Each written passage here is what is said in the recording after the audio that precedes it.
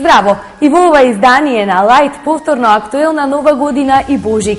Дали на новогодишната и божикната трпеза, меѓу алкохолните пијалоци се наоѓа и пивото. Внимателно конзумирајте го, бидејќи можете да добиете пивско стомаче. Жените воопшто не добиваат подршка од мажите кога се во прашање подготовките за празниците кои што следуваат, како за Нова година, така сега и за Божик.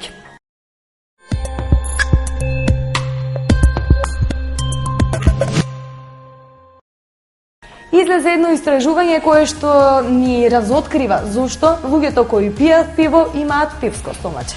Познато е дека со конзумирањето на пиво внесуваме калории, но не треба да заборавиме и на дополнителните калории кои ги внесуваме со закуските. Но зошто пивото влијае за издувување на стомакот кај мажите? Пивото содржи 184 калории, а кога ќе се додадат и калориите од чипсот, кикиритките и така натаму, веќе звучи логично издувувањето на стомакот. Пиеме. А дали кај мажите се јавува пивското стомаче, приметили ли сте после пиење на пиво? Па да, обовезно. А дали жените треба да пијат пиво, срамота ли? Не е срамота, треба и они да пијат, зашо да не пијат? Кој колку му е сладко? Пиете ли пиво? Да. Сте почувствували ли дека се јавува пивското стомаче откако ќе се напие? Не, тоа е сега веќе усовршено, ја мислам со пиварите и не ми се изложува стомакот. А дали жените треба да пијат пиво, пристојно ли? Па може, ама у ограничени количини, да не претеруваат. Сушност, кога пиеме пиво, црниот дроб работи забрзано за да може да го детоксицира организмот. Добивањето на пивски стомак зависи од две работи, од полот и од возраста. Кај мажите над 35 години метаболизмот почнува да се забавува и се почнува да се таложи во пределот кај стомакот. Кај жените тоа е малку поразлично. За нив пивото е маст и се акумулира во задникот и колковите.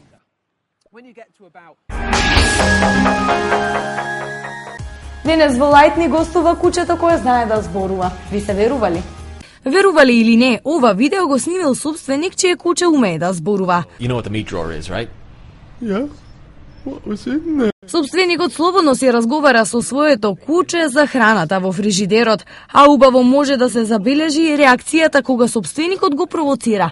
Затоа дали неговото јадење го дал на мачката, например. Me, so I ate it. No.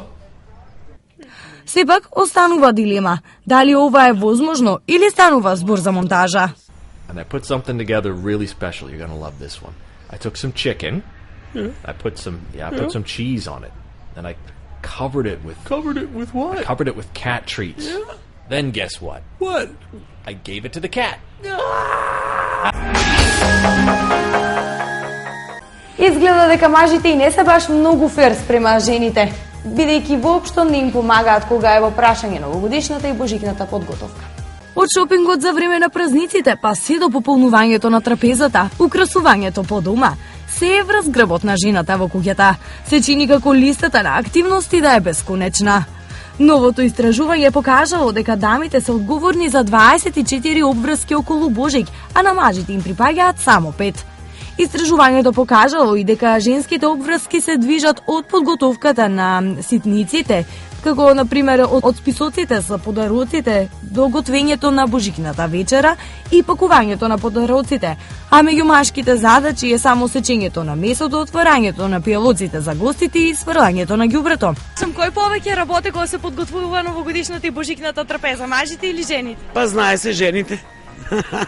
Жените работат. Кој им е задачата на жените? Што сте треба да направат? Па зависи кој жена што си има осмислено, да речем и како си го има замислено да си го среде празничното расположение. Да се постави убав чаршаф, свекички на масата, со свеќарник, па убави тепчиџаци, убави сладки посвечени и пијала кој шо пие, се жената. На крајо и садовите ги собере и си ги ставе кој има машина у машината, кој си ги змие на раци и така заврши свечност. Врз жената, да. Што повеќе работи жената? Знае се што повеќе работи, да спрема вечера, да приготве, да измие и така.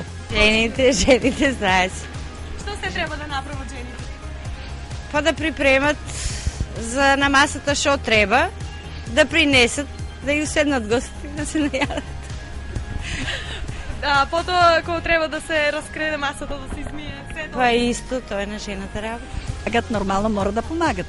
Ако не по наредба на жените? Не, нивна волја. Ако биде жената одморена, мора да помагат и они. Ако сакат да не одморена, нема да помагат. Истражувањето спроведено во 2000 семејства утврдило уште дека 1/10 од представниците на посилниот пол дури признаваат дека не прават ништо и ја оставаат целата подготовка и организација за божик на партнерката.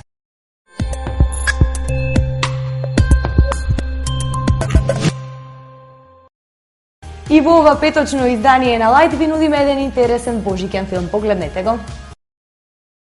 Home for Christmas, eh? A wedding, actually. Christmas weddings are the best. A Christmas Wedding Date е предлог филм за денес. Станува збор за Ребека, жена за која се вели дека е мажена за својата работа.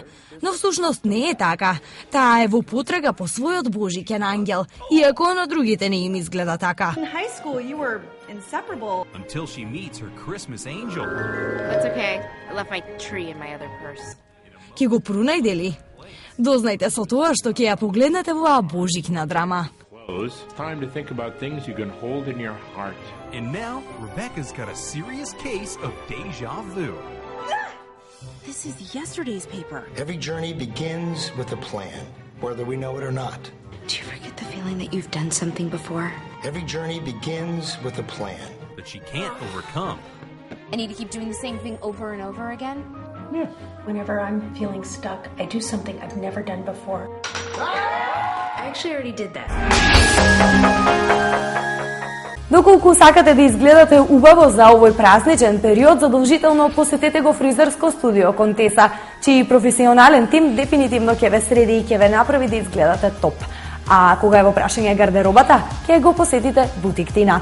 За содржините во Лајт, ако сакате да ги погледнете уште еднаш, кликнете на tvstar.com.mk или пак на Воштип.mk.